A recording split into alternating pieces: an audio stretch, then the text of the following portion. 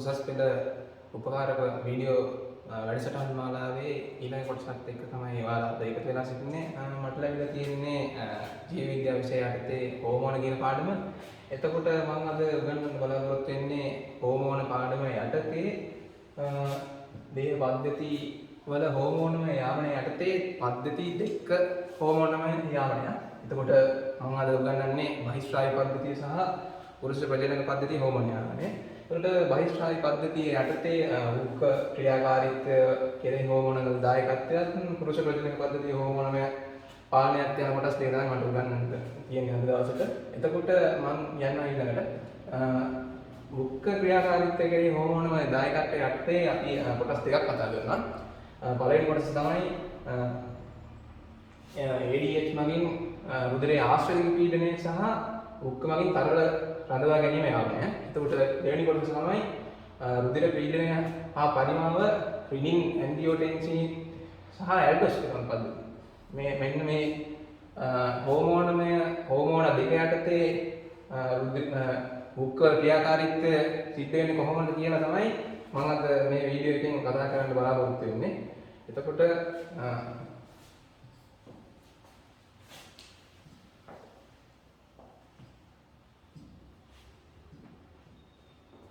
ADH මගින් රුධිර ආශ්‍රිත පීඩනය සහ වෘක්කවල තරල රඳවා ගැනීම යාමනය යන කොටස යටතේ මම මෙතන ඉඳන් ඔයාලට උගන්වන්න. එතකොට මේ ADH හෝමෝනය කියන්නේ මොකක්ද කියලා ඉස්සෙල්ලා ඔයාලා දැනගන්න ඕනේ. ADH හෝමෝනය නිපදවන්නේ රුධිරයේ ආශ්‍රිතික පීඩනය. ඒ කියන්නේ ආශ්‍රිතික පීඩනය කියුවොත් සාමාන්‍යයෙන් රුධිරයේ ප්ලාස්මාවේ අයන සාන්ද්‍රණය වගේ සරල තේරුමක් අපිට ගන්න පුළුවන්. මොකද ආශ්‍රිතික පීඩනය කියන වචන දන්නේ නැතුව මේ පාඩම යන්නේ වැඩක් නැහැ. එතකොට රුධිර ප්ලාස්මාවේ ආශ්‍රිතික පීඩනය වැඩි වීම. එතකොට ආශ්‍රිතික පීඩනය වැඩි වීම හරි එතකොට ජල ප්‍රමාණය අඩු වීම. මෙන්න මේ හේතු දෙකකින් තමයි ඇල්ඩෝස්ටෙරෝන් හෝමෝන ADH හෝමෝනය රුධිරයට ස්‍රාව වෙන්නේ. එතකොට අපි හිතන්න ඕනේ ඇයි මේ ඇල්ඩෝස්ටෙරෝන් හෝමෝනය ස්‍රාව වෙන්නේ රුධිර ප්ලාස්මාවේ ආශ්‍රිතික පීඩනය වැඩි වෙන්නේ ඇයිද කියලා අපි හිතන්න ඕනේ. එතකොට අනිවාර්යෙන් සාන්ද්‍රණයක් වැඩි වෙන්න නම් එක්කෝ ඒ සාන්ද්‍රණයට අදාළ අයන ප්‍රමාණය වැඩි වෙන්න ඕනේ. නැත්නම් ජල ප්‍රමාණය අඩු වෙන්න ඕනේ. එතකොට මෙතන වෙන්න පුළුවන් ක්‍රම කිහිපයක් තියෙනවා. යම් පුද්ගලයෙක් විදලනය වුණා කියන්නේ එයාගෙන් ජල ජීවත් වෙනවා. ඒ කියන්නේ ඒ වගේම අඩුවෙන් ජලය පානය කරොත් එහෙම ඒත් ජලය අඩු වෙනවා. ඒ වගේම ලවණ සහිත ආහාර වැඩි කරගත්තොත් එහෙම එයාලගේ අයන සාන්ද්‍රණය වැඩි වෙනවා. එතකොට මේ හේතුන් තමයි රුධිරයේ ආශ්‍රිත පීඩනය වැඩි වෙන්නේ. එතකොට රුධිරයේ ආශ්‍රිත පීඩනය වැඩි වුණත් සමගම සාමාන්‍යයෙන් දේහයේ පද්ධති ඕනම දෙයක් සමස්ථිතිය යටතේ යම් කිසි පට සීමාවක් තියාගෙන තමයි බලන්නේ.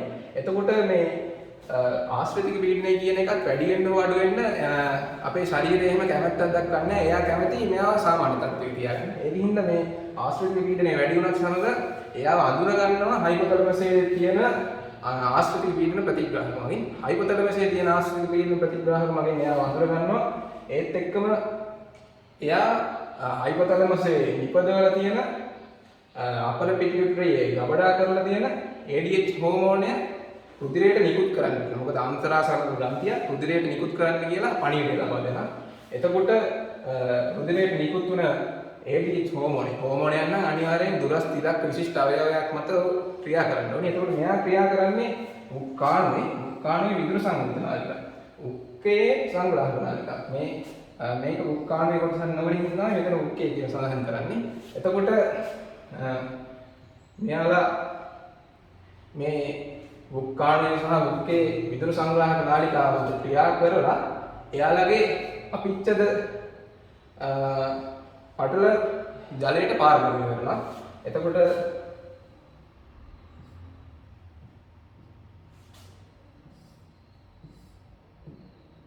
ADH හෝමෝනයේ කෘත්‍ය විදිහට අපිට ගන්න පුළුවන් උක්කාණුවේ විදුර සංවනිත නාලිකාවේ හා උක්කේ සංග්‍රහක ප්‍රණාලයේ නාලිකාවල විත්තේ අපිච්චදේ ජලයට පාරගමනය කරනවා. ජලයට පාරගමනලා ජලය ප්‍රතිශෝෂණය උත්තේජනය කිරීම. මොකද ADH කියන්නේ හෝමෝනයක්. හෝමෝනයක් කරන්නේ උත්තේජනය කරන වැඩේ. ඒකට එන්සයිම් එක නම් එයා ප්‍රේරණයක් කරනවා. මෙයා හෝමෝනය නිසා උත්තේජනය, ප්‍රේරණය, දිරිගැන්වීම වගේ වචන තමයි අපි භාවිත කරන්නේ. එතකොට මෙයා ජලය ප්‍රතිශෝෂණය උත්තේජනය කරාම මොකද වෙන්නේ? අපේ ආශ්‍රිත පීඩනය වැඩි.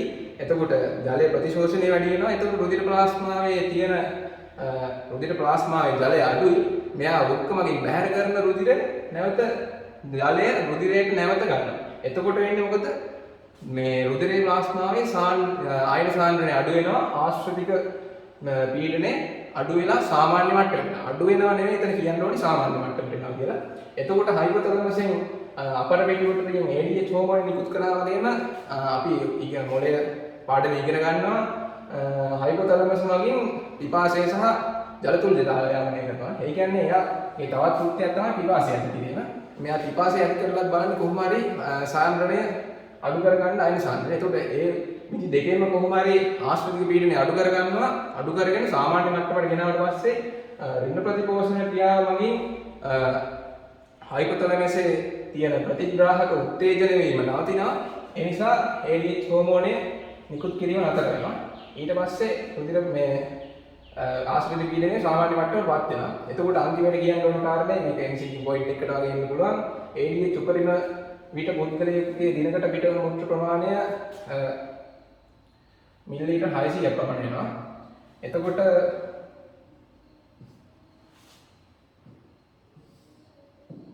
මම කිව්ව කතාව සාරාංශ විදිහට ගත්තොත් සාරාංශ වශයෙන් ගත්තොත් එහෙම මේක දක්වන්න පුළුවන් රුධිර ප්ලාස්මාවේ රුධිර ප්ලාස්මාවේ ආශ්‍රිත පීඩනය වැඩි වුණොත් එහෙම ආශ්‍රිත පීඩන ප්‍රතිග්‍රාහක උත්තේජන වෙනවා. ඊට පස්සේ අපර පිටියුටරි උත්තේජන වෙනවා. ඊට පස්සේ ADH ස්රාවය ඉහළ යනවා. ඊට පස්සේ ADH ගිහිල්ලා වෘක්කවල විදුර සංවලිත නාලිකාව හා කාණුවල විදුර සංවලිත නාලිකාව සහ වෘක්කවල සංග්‍රහ ප්‍රණාල වගේ නාලිකා මගින් ජල ප්‍රතිශෝෂණය උත්තේජනය කරනවා. රුධිර ප්ලාස්මාවේ ආශ්‍රිත පීඩනය සාමාන්‍ය අගයටපත් වෙනවා. ඊට පස්සේ නැත්තම් හයිපොතලමස පිපාසය ඇති කරනවා. ජලය පානය කිරීමෙන් ආශ්‍රිත පීඩනය සාමාන්‍ය අගයටපත් වෙනවා. ඊට පස්සේ ඒක සාමාන්‍ය අගයටපත් වුණාට පස්සේ රින ප්‍රතිපෝෂණය යටතේ නිෂේධන ක්‍රියාවක් වෙලා ADH ස්රාවය නතර වෙනවා. ඊට පස්සේ මම ඊළඟට යන්නේ රුධිර පීඩනය සහ පරිමාව පිළිබඳ ඇන්ජියෝටෙන්සින් රිනින් ඇල්ඩෝස්ටරෝන් පද්ධතිය මගින් යාමනය. එතකොට මෙතනදී කතා කරන්නේ රුධිර ආශ්‍රිත පීඩනයක් ගැන නෙවෙයි. මෙතන කතා කරන්නේ රුධිර පීඩනය සහ රුධිර පරිමාව අඩු වීමක් ගැන. රුධිර පීඩනය සහ පරිමාව අඩු වෙන්න ප්‍රධාන හේතුවක් වෙන්නේ ADH හෝමෝන ස්‍රාවයත් සමග රුධිර ප්ලාස්මාවේ ජල ප්‍රමාණය වැඩි වෙනවා. ජල ප්‍රමාණය වැඩි වෙනත් එක්කම සෝඩියම් සාන්ද්‍රණය අඩු වෙනවා. ඒතකොට සෝඩියම් සාන්ද්‍රණය අඩු වෙනවා කියන්නේ කාණුව මටා තියෙන රුධිර නාලිකාවල තියෙන නිදහස් ජල ප්‍රමාණය නිදහස් ජල අණු ප්‍රමාණය වැඩි. ඒතකොට රුධිර ප්ලාස්මා බහිස්රාවී නාලිකාව මගින් බැහැරවන ඒ බහිස්රාවී නාලිකා තුල අඩංගු ද්‍රාවණයේ තියෙන නිදහස් ජල අණු ප්‍රමාණය අඩුයි. එතකොට ජල විභව අනුක්‍රමණයක් නිර්මාණය වෙන්නේ කොහෙටද? රුධිර ප්ලාස්මාවේ ඉඳන් බහිස්රාවී නාලිකාවට. එතකොට එහෙම වෙන්න දුන්නොත් එහෙම වැඩිපුර ජලය බැහැර වෙනවා මේ බහිස්රාවී නාලිකාව තුලට රුධිර ප්ලාස්මය තුලින්. එතකොට ඒක නවත්ත ගන්න තමයි මේ ඇල්ඩෝස්ටරෝන් පද්ධතිය ක්‍රියාත්මක වෙන්නේ. එතකොට එහෙම වැඩිපුර ජලය බැහැරවීමත් සමග මෙයාට ජලය ප්‍රතිශෝෂණය කරගන්න බැරි වෙනවා. ඒක නිසා රුධිර පරිමාව අඩු වෙනවා. රුධිර පරිමාව අඩු වෙනවා කියන්නේ කොහොමද? රුධිර පීඩනය අඩු වෙනවා. ඒත් එක්කම රුධිර ගලන වේගයත් අඩු වෙනවා. මේකත් ඉතින් දේහයට රුධිර පරිමාව පීඩනය අඩු වෙලා ගිහිල්ලා මිනිහා මැරෙන කල් ඉන්න කල් බලාගෙන ඉන්නේ කොහොමද? මෙයා අනිවාර්යයෙන් මේක නවත්ත ගන්න කොහොම හරි ඇඟට රුධිර පීඩනය සහ පරිමාව සාමාන්‍යයකට ගන්න කොහොමද මෙයා ක්‍රියාත්මක වෙනවා. එතකොට මේ පීඩනය සහ පරිමාව අඩුවීම අඳුන ගන්නවා ජක්ෂ බුද්ධික සංකීර්ණය. මෙයා ඉන්නේ බුක්කාණුවේ තියෙන විදුර සංවර්ධන නාලිකාව සහ අභියාවී ගමනිකාව දමිනිකාවේ ඒ දෙකේම අපිත්තද සෛල එකතු වෙලා තමයි මේ ජක්ෂ බුද්ධික සංකීර්ණය හදන්නේ. එතකොට අභිවාහී ගමනිකාවේ සහ විදුර සංවර්ධන නාලිකාවේ එතකොට ජක්ෂ බුද්ධික සංකීර්ණය උත්තේජනය වෙලා රුධිරයට ස්‍රාවය කරනවා රිනින් නැමැති එන්සයිම. රිනින් නැමැති එන්සයිම රුධිරයට ස්‍රාවය කරාට පස්සේ එයා රුධිර ප්ලාස්මාවේ තියෙන අක්මාවෙන් නිපදවපු අක්‍රීය ප්‍රෝටීන් ආකාරයක්. එයා ඇන්ජියෝටෙන්සිනෝජන්. එතකොට ඇන්ජියෝටෙන්සිනෝජන් මත ක්‍රියා කරලා එයා ඇන්ජියෝටෙන්සින් එක බවට පත් කරනවා මේ රීනින් එන්සයිම් මේ මගින් ඊට පස්සේ මේ තියෙන්නේ රීනින් එන්සයිම් ක්‍රියාව. එතකොට රීනින් එන්සයිම් මේ මගේ ඇන්ජියෝටෙන්සිනෝජන් ඇන්ජියෝටෙන්සින් එක බවට පත් කරනවා. ඇන්ජියෝටෙන්සින් එක ඇන්ජියෝටෙන්සින් දෙක බවට පත් කරන්නේ ඇන්ජියෝටෙන්සින් පරිවර්තක එන්සයිම. මේ පරිවර්තක එන්සයිම් වලින් පත් කරාට පස්සේ ඇන්ජියෝටෙන්සින් දෙක ගිහිල්ලා බලපානවා එයාගේ එක කෘත්‍යයක් තමයි අධිවෘක්ක බාහිකය. එතකොට එයා අධිවෘක්ක බාහිකය මත ක්‍රියාත්මක වෙලා අධිවෘක්ක බාහිකයේ තියෙනවා දිගුකාලීන ආතති දිගුකාලීන ආතති හෝමෝනයක් වන මිනරලෝකෝඩිනෝයින් හෝමෝනයක් වන ඇල්ඩෝස්ටෙරෝන් හෝමෝනය. එතකොට එයා ඇල්ඩෝස්ටෙරෝන් හෝමෝනය ස්‍රාවය කරනවා. ඇල්ඩෝස්ටෙරෝන් හෝමෝනයත් අර වගේ එයාට මේ තියෙන දුරස්ත විශිෂ්ට ඉලක්ක විස්තර වෙන්නේ උත්කාණ විදුලි සංවර්ධක නාලිකාව සහ මුඛ්‍ය සංග්‍රාහක නාලිකාව. එතකොට මෙයා ගිහිල්ලා ඇල්ඩෝස්ටෙරෝන් හෝමෝනය මෙයාත් ගිහිල්ලා කරන්නේ ADH හෝමෝනය කරේ මොකද්ද? ජලයට පාරගමනය කරලා ජලය ප්‍රතිශෝෂණය. නමුත් මෙයා කරන්නේ එහෙම දෙයක් නෙමෙයි. එයා මොකද්ද කරන්නේ? මේ විදුලි සංවර්ධක නාලිකාවේ සහ සංග්‍රාහක නාලිකාවේ සංග්‍රාහක නාලිකාව මත ක්‍රියා කරලා සෝඩියම් ධනායන සක්‍රීය ප්‍රතිශෝෂණය. සක්‍රීය කියන්නේ ATP වැය කරලා එයා සක්‍රීය ප්‍රතිශෝෂණය උත්තේජනය කරනවා. සෝඩියම් කියන්නේ ධනායනය. ධනායනය තනියෙන් ඉන්නේ. මෙයා මොකද කරන්නේ? මේ සෝඩියම් ක්ලෝරයිඩ් පිළිහෙල ඉන්නේ. එතකොට ඍණායනයක් ප්‍රතිශෝෂණය වෙනවා. එතකොට මෙතනදී මොකද වෙන්නේ? මුක්කාණුවේ බහිස්ත්‍රාවී නාලිකාව තුල තිබ්බ ද්‍රාවණේ අඩංගු වෙලා තිබ්බ අයන සාන්වනේ සක්‍රීයව සෝඩියම් සුළුදිට ප්ලාස්මාවට ගත්ත නිසා මෙතන මොකද ඇති වෙන්නේ? බහිස්ත්‍රාවී නාලවල තියෙන ජලයේ නිදහස් ජල අණු ප්‍රමාණය වැඩි වෙනවා. රුධිර ප්ලාස්මාවේ තියෙන නිදහස් ජල අණු ප්‍රමාණය අඩු වෙනවා. එතකොට ජල විවාහන ප්‍රමාණයක් ඇති වෙනවා බහිස්ත්‍රාවී නාලිකා තුලින් රුධිර ප්ලාස්මාවට. එතකොට තමයි ජලය ප්‍රතිශෝෂණය වෙන්නේ ආශ්‍රිතය හරහා. එයා සක්‍රීයව නෙවෙයි ගන්නෙ. මෙයාලා ගන්න එකේ හේතුවක් විදිහට තමයි සෝඩියම් හා ක්ලෝරයිඩ් හා ගන්න එකේ ප්‍රතිඵල විදිහට තමයි සෝඩියම් H2O ප්‍රතිශෝෂණය වෙන්නේ. එතකොට ජල ප්‍රතිශෝෂණය වීමත් සමග ආය රුධිර පරිමාව වැඩි වෙනවා. වැඩි වෙලා සාමාන්‍ය තත්ත්වයටපත් වෙනවා. ඒ මගේ පීඩනයත් වැඩි වෙනවා. ඊට ඇන්ජියෝටෙන්සින් දෙක මගෙන් අමතරව කරන්නවද ධමනිකා සංකෝචනය කරලා හරි රුධිර පීඩනය සාමාන්‍ය මට්ටමට ගේන්න ආධාර කරනවා. එතකොට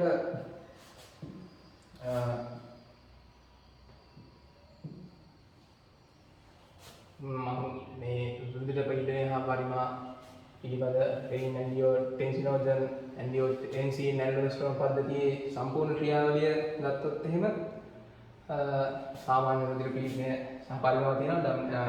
රුධිර පීඩනය සහ පරිමාව පහළ යෑම අඳුර ගන්නවා ජක්ෂකුද්ධික සංකීර්ණයේ. එයා උත්තේජනය රෙනින් නිදහස් කරනවා. රෙනින් නිදහස් කරාම ඇන්ජියෝටෙන්සිනෝජන් තියෙනවා. එයා ඇන්ජියෝටෙන්සින් එක බවට පත් වෙනවා. ඇන්ජියෝටෙන්සින් පරිවර්තක එන්සයිම් තියෙනවා. එයා ඇන්ජියෝටෙන්සින් දෙක බවට පත් වෙනවා. එයා දෙවිදිහට ක්‍රියා කරනවා රුධිර පීඩනය සහ පරිමාව සාමාන්‍ය තත්ත්වයට ගෙන්න. එකක් අධියුක්ක ග්‍රන්ථි වලින් ඇල්ඩෝස්ටෙරෝන් ස්‍රාවය කරනවා. ඇල්ඩෝස්ටෙරෝන් ස්‍රාවය කරලා ජක්ෂකුද්ධික සංකීර්ණ පීඩනය සහ පරිමාව පහළ යන අඳුනගෙන එයා සෝඩියම් ක්ලෝරයිඩ් අවශෝෂණය කරලා ඒත් සමග ජලය අවශෝෂණය කරනවා. එතකොට අනිත් ක්‍රමය තමයි ධමනිකා සංකෝචනය නිසා පීඩනය ඉහළ යාමට මෙයා උදව් කරනවා. එතකොට මේ විදිහට ඇල්ඩෝස්ටෙරෝන් සහ ADH හෝමෝන යටතේ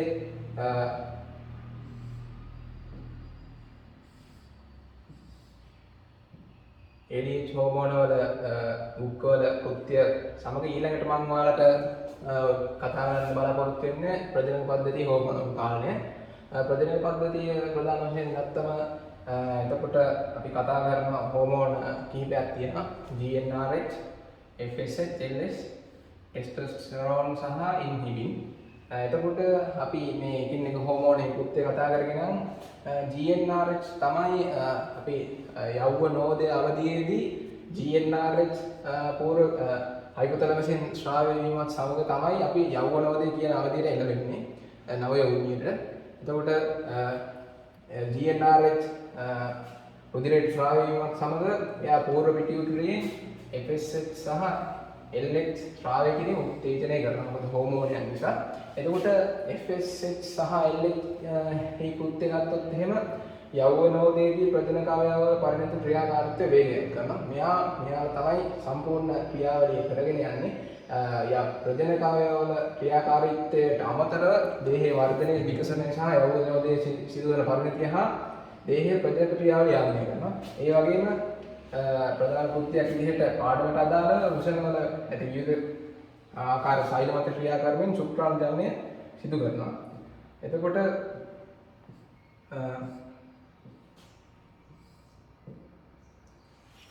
අපි බලමු වෘෂණවල ඇති විවිධ ආකාර මත සෛල මත FSH හා LH ක්‍රියා කරන්නේ කොහොමද කියලා. එතකොට FSH මොකද්ද කරන්නේ? සතුල සෛල මගින් වර්ධනය වෙන ශුක්‍රාණු පෝෂණය උත්තේජනය කරනවා. LH මගින් මොකද්ද කරන්නේ? ලේඩික් සෛල මගින් ටෙස්ටොස්ටෙරෝන් කියන පුරුෂ ප්‍රජනක හෝමෝනය නිපදවීම සහ අනිකුත් ඇන්ඩ්‍රොජන් වගේ හෝමෝන් නිපදවීම සිදු කරනවා. එයාලා මගින් තමයි ශුක්‍රාණු නිපදවීම දිරි ගන්නන්නේ. එතකොට ටෙස්ටොස්ටෙරෝන් තමයි පුරුෂ හෝමෝන ප්‍රධාන හෝමෝනය. එයා පුරුෂ ද්විතීයික ලිංගික ලක්ෂණ පවත්වාගෙන යාම කරනවා. ඒ වගේම ශුක්‍රාණු නිපදවීම අර අපි කතා කරා ශුක්‍රාණු නිපදවීම කියන්නේ සතුල සෛලවල ශුක්‍රාණු නිපදවීම යාමනය කරන්නේ මෙයා. එතකොට ටෙස්ටොස්ටෙරෝන් මගින් යාමනය කිරීමක් සිදු කිරීමෙන් උත්තේජනය කිරීමක් වගේ නිෂේධනය කිරීමක් කරනවා. මොකද සාමාන්‍යයෙන් ශුක්‍රාණු ජනනය කිරීම ක්‍රියාවලිය සෙමෙන් සිද්ධ වෙනවා නම් ටෙස්ටොස්ටෙරෝන් ශ්‍රාවය වෙලා සතුල සෛල මගින් ශුක්‍රාණු ජනනය වේගවත් කරනවා වගේම. එතකොට ඉන්හිබින් වලත් මේ වගේ දෘශ්‍යයක් තියෙනවා. එයා ක්‍රියාත්මක වෙන්නේ පූර්ව පිටියුටරිය මත. එයා නිෂේධනය කරන්නේ FSH ශ්‍රාවය. එතකොට ටෙස්ටොස්ටෙරෝන් මගින් නිෂේධනය කරන්නේ හයිපොතලම සහ පූර්ව පිටියුටරිය මත බලපාලා GnRH FSH සහ LH නිෂේධනය කරනවා. ඉන්හිබින් පූර්ව පිටියුටරිය මත විතරක් බලපාලා එයා FSH ශ්‍රාවය නිෂේධනය කරනවා. එතකොට සම්පූර්ණ ක්‍රියාවලිය ගත්තොත් හයිපොතලමසින් GnRH ශ්‍රාවය කරනවා. එයා පූර්ව පිටියුටරියෙන් FSH සහ LH ශ්‍රාවය උත්තේජනය කරනවා. FSH ඇතුළේ සෛල මත ක්‍රියා කරලා ශුක්‍රාණු ජනනය කරනවා. එතකොට LH ලේඩික් සෛල මත ක්‍රියාත්මක කරලා එයාගේ පුරුෂ ප්‍රජනක හෝමෝනය වෙන ටෙස්ටොස්ටෙරෝන් හෝමෝන නිපද වෙනවා. එතකොට එයාත් ශුක්‍රාණු ජනනය උත්තේජනය කරනවා. ඒ වගේම සතුලේ සෛල මගින් ඉන්හිබින් ශ්‍රාවය කරලා එයා මොකද කරන්නේ? පූර්ව පිටියුටරිය මත විතරයි බලපාන්නේ ඉන්හිබින් හෝමෝනය. එතකොට ටෙස්ටොස්ටෙරෝන් හෝමෝනය රින ප්‍රතිපෝෂණය විදිහට හයිපොතලම සහ අපූර්ව පිටියුටරිය මත ක්‍රියාත්මක කරලා GnRH සහ FSH ශ්‍රාවය නැති කරලා නිෂේධනය කරලා ශුක්‍රාණු ජනනය ක්‍රියාවලිය සාමාන්‍ය මට්ටමට ගෙනවා. උට අඩු ජනන වේගය අඩු වුණොත් එහෙම ටෙස්ටොස්ටෙරෝන් මගින් ශුක්‍රාණු ජනනය උත්තේජනය කරනවා. ඒ වගේම ශුක්‍රාණු ජනන වේගය වැඩි වුණොත් එහෙම මෙයා මේ කට්ටියට බලපානවා. එතකොට GnRH FSH LH ශ්‍රාවය නැති වෙනවා. එතකොට ශුක්‍රාණු ජනනය ආපහු සාමාන්‍ය මට්ටමටපත් වෙනවා. ඒත් එක්කම නැවත මොකද වෙන්නේ? ටෙස්ටොස්ටෙරෝන් මෙයාලා මත බලපෑම නැති වෙනවා. ඒ වගේම ඉන්හිබිනුත් ඒ වගේ මෙයාලා මත බලපෑම නැති වෙනවා. ශුක්‍රාණු ක්‍රියාවලිය ශුක්‍රාණු ජනන ක්‍රියාවලිය සාමාන්‍ය මට්ටමටපත් වෙනවා. එතකොට මම අද ඔයාලට කියලා දුන්න වෘක්ක මත කොහොමද ADH හෝමෝන බලපාන්නේ, ඇල්ඩෝස්ටෙරෝන් හෝමෝනය වෘක්ක මත බලපාලා වෘක්කාණු වලින් කොහොමද ක්‍රියාත්මක වෙන්නේ, ඒ වගේම පුරුෂ ප්‍රජනන පද්ධතිය හෝමෝනය යාමේ කියලා දුන්නා. මේ වගේ පාඩම සම්පූර්ණයෙන් කියලා දුන්නට ඔයාලා මේ පාඩම අධ්‍යයනය කරාට විතරක් මදි. අනිවාර්යයෙන් මේ පාඩම ගැන ප්‍රශ්න වලට උත්තර දෙන්න ඕනේ. ඒවට ඔයාලා පාස් පේපර්ස් මොඩල් පේපර් වල අනිවාර්යයෙන් MCQ ස්ට්‍රක්චර් එසේ වගේ ප්‍රශ්න වලට උත්තර ලියලා මේ මම උගන්වපු කරුණු ආපහු මතක් කරන්න හුරු වෙන්න ඕනේ. මොකද විභාගෙට ගිහිල්ලා අපිට එකපාරම මතක් කරලා ලියන්න බෑ. ඒක නිසා මේ කරුණු නැවත මතක් කරන්න හුරු වෙලා ඉන්න ඕනේ විභාගෙට කලින් ඉඳලම පුරුදු වුණොත් එහෙනම් විභාගෙට ගිහිල්ලා අපිට ඒ කරුණු මතක් කරගන්න එක එච්චර ලොකු අමාරුවක් වෙන්නේ නැහැ. එහෙනම් ඔයාලා මේ වාර විභාගයේ ලියන්න හොඳින් ලියන්න පුළුවන් ඒවා කියලා ප්‍රාර්ථනා කරමින්